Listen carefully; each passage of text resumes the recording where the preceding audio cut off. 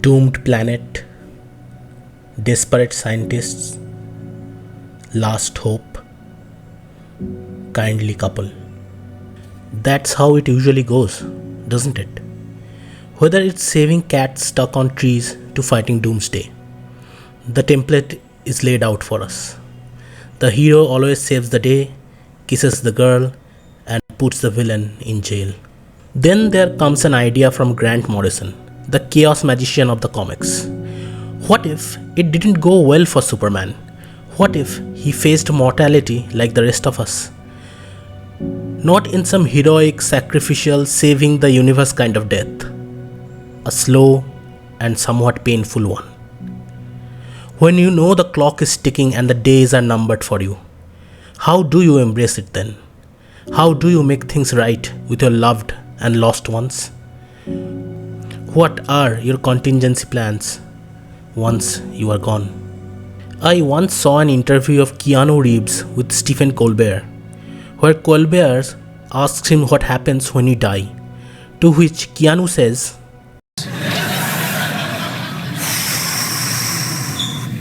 I know that the ones who love us will miss us.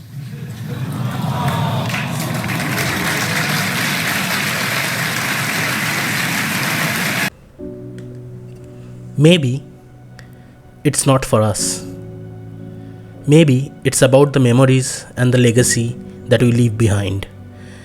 It's what we do in our lifetime that reflects us in the afterlife, through the lenses of the people we know and love.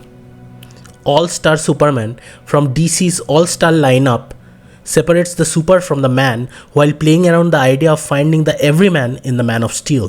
Grant Morrison and Frank Quitely's this seminal piece of postmodern literature has always been one of my favorite books to read. Despite its somber premise, it is still considered to be one of the most hopeful and uplifting, pun intended, Superman stories out there.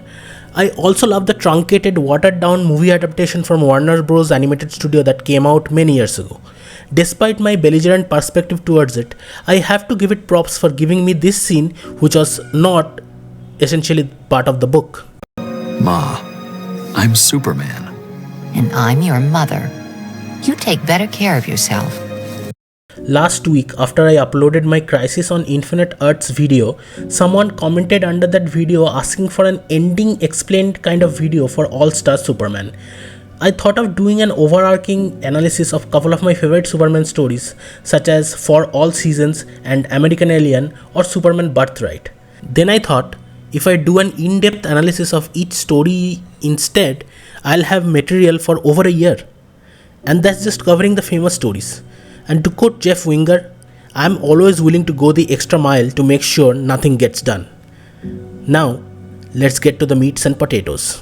All-Star Superman begins with Dr. Leo Quintum and his project team of bioengineered artificial beings getting rescued by Superman after trying to seemingly map out the sun. In doing so, Superman exposes his cells, which usually harnesses solar energy to give Superman all the superhuman abilities, to extreme level of solar radiation that overcharges his cells and causes a type of cellular degeneration, a cosmic cancer that can kill Superman. All this radiation also increases Superman's abilities by threefolds. Using his newfound cards and boon, he sets out to find a contingency plan in his absence and make up for the things he had missed out in his life. Morrison has compartmentalized this story into 12 issues like the 12 labors of Hercules, a set of 12 tasks of Hercules made in the service of King Eurystheus in exchange for immortality.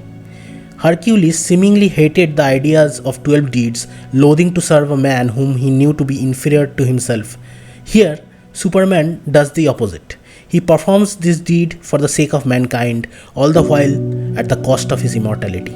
Nonetheless, shortly after the news of his sickness, Superman reveals his secret identity to Lois Lane to spend his remaining time with her.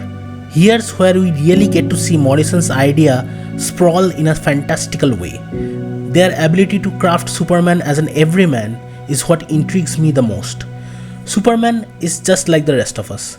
When he leaves his home, he leaves the key under his rug. The only hitch is, the key is made of dense dwarf star material and weighs 500,000 tons. When he wants to talk to a family member, he creates a time telescope to talk to his successors millions of years into the future. When he wants to gift something to his girlfriend on her birthday, he gives her the same power set as him for 24 hours. He is the everyman in all of us, just on a shamanic scale. Using the moniker of Superwoman, Lois joins Superman as he stops a monster attack in Metropolis involving Samson, Atlas, and an Ultra Sphinx. Also, he answers the impossible question of what happens when an unstoppable force meets an immovable object, therefore solving the irresistible force paradox. Thereafter, from Samson, Superman gets to know Superman will indeed die in the future. It's inevitable. One another thing I want to talk about here is the masterful artistry of Frank Quitely. A lot of this story hinges on his meticulous skills as an artist to differentiate between Clark Kent and Superman. He could have taken two roads here. Make Clark and Superman look completely opposite to one another while maintaining some basic physical traits like black hair and the broad stature, or he could have made them look the same. Here he changes Kent's body language, his posture, his expressions, the way he slouches, just enough to distinguish between him and Superman. It is a very subtle touch, but a one that should not go unnoticed. Also, love the way Morrison and Quitely has played around the mild demeanor of Clark and used his lumbering figure tripping and falling over someone to save their life, making the save seem as clumsiness. To paraphrase Morrison, Superman is never off duty. Few things transpire in between, like Superman's pal Jimmy Olsen running the project team for 24 hours while things go awry and Superman saving the day. But in this case, it was Jimmy who saved Superman. One interesting thing from this issue is that we get to know about humanity's, or in this scenario, Dr. Leo Quintem's own contingency plan in case Superman is no more. Or worse, Superman goes bad. This comes to play later in the story, so stay tuned. Meanwhile, Luthor is convicted of crimes against humanity and sentenced to death. Clark meets with Luthor for an interview at Stryker's Island. Here's a very interesting conversation between Lex and Superman takes place. To put it concisely, Lex basically tells Clark that if it weren't for Superman and his self-righteous virtue, humanity could have benefited from all the gifts Lex had to offer. If it weren't for Superman, I would have changed the world. He also reveals that it was his stroke of genius that he corrupted the sun to overcharge Superman's cellular batteries, leading to his ailment. The follow-up issue is probably my favorite in the series. We see Clark at the beginning of his career, connected to his Smallville roots. We see the ideas instilled by the Kents that elevates Kal-El to Clark Kent. I won't spoil much in this issue because I particularly love this one. But let's just say, with the help of a couple of super friends, Clark gets to say goodbye that he never got a chance to. He also gets to meet Super Lass, Superman Prime, and Superman 2.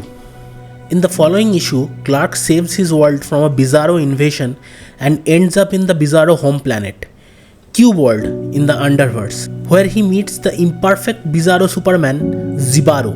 Zibaro is a 1 in 5 billion imperfection of Bizarro, therefore a much closer match to Superman himself. He can articulate sentences, unlike the rest of the Bizarros, and is a poet. All he wants is to escape this planet, where he feels a profound sadness and solitude and unrelatability among others. With his help and Bizarro Jor-El, or Les Rods, as he likes to call himself, Superman escapes the Bizarro world. Clark promises Zibaro that he will come back for him someday.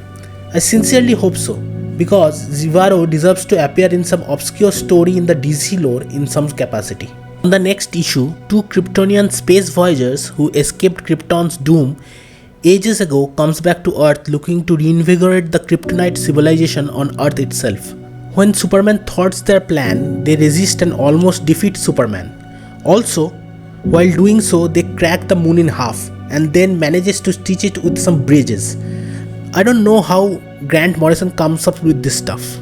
But their reign comes to a halt as soon as they realize the minerals in their body has turned into kryptonite while passing through a cosmic cloud, and it's slowly poisoning their mortal body. Superman offers to help and unite their astral projections into the Phantom Zone while their mortal bodies die in this plane. Here's where I found Superman so unique to other costume-clad individuals. Despite one's differences, despite clash of ideals, he is always there to forgive and give you a second chance. In the next couple of issues, Superman completes his remaining labors, like liberating Kandor and curing cancer. He also creates life in subatomic universe, which in turn spawns a civilization that gives birth to the idea of Superman, like a snake eating its own tail. This was a fantastic ode to the original creator of Superman, Jerry Siegel and Joe Shuster, by Grant Morrison and their team. But the most hitting part of this story would be when Superman saves a young girl from taking her life. This was one of the single most impactful panels from any comic book that I have ever read and gets me teary-eyed every time. Following this, he battles with Solaris, a Trident Sun, and a rogue Lex Luthor, now imbibed with the same power set that of Superman for 24 hours. He also meets his father Jor-El in some sort of astral plane, who gives him a choice to remain dead or fight long enough to fight Luthor.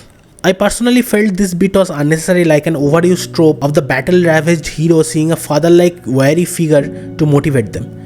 But Morrison defied the odds and gave one hell of a banger of a line that have been used in many places, including Superman movies like Man of Steel.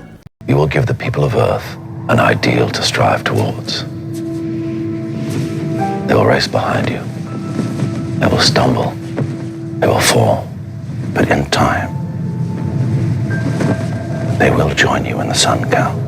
Soon, the tides are turned for Luthor as he sees the entire world through Superman's lens. But instead of finally realizing the mistake of his ways, he still harbors vitriol against the Man of Steel and is as vain for power as ever. But he is quickly thwarted by a single punch by Superman. Superman realizes, despite apprehending Luthor, it has gone into folly, as he has corrupted the sun, and the only way to stop it would be to sacrifice himself in repairing the sun. So he does. 1 year later, Jimmy meets Lois, where she talks about that Superman will return eventually once he is done repairing the sun.